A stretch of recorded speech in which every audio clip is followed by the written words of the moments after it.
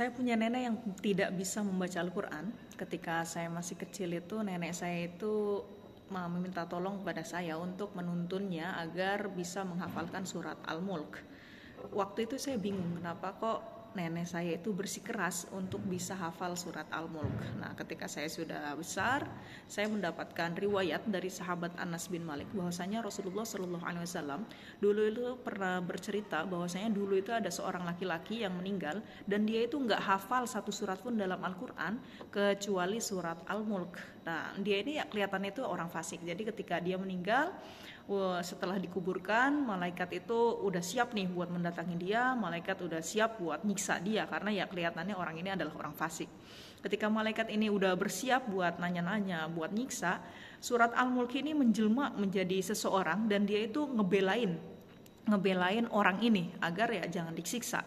Karena ya bagaimanapun ada dia di dalamnya, ya dia itu adalah kitabullah, salah satu surat yang ada di dalam kitabnya Allah dalam Al-Quran.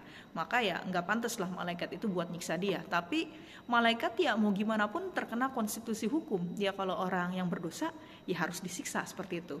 Akhirnya surat Al-Mulk yang menjelma jadi seseorang ini, dia menghadap ke Allah, dia bilang ke Allah, ya Allah, orang ini itu udah memilih saya di antara surat-surat yang lainnya.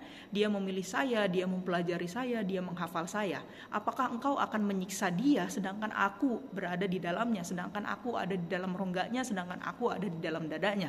Maka ketika itu diancam, bahkan si surat Al-Mulk yang menjelma jadi seseorang ini, dia ini mengancam ke Allah, ya Allah, kalau emang menurut kamu si orang ini pantas untuk disiksa, maka hapuskanlah aku dari Al-Quran, dari kitabmu. Nggak usahlah aku ini jadikan salah satu jadi surat dalam kitabmu seperti itu. Karena buat apa aku ada di dalamnya sedangkan aku nggak bisa ngasih syafaat buat dia.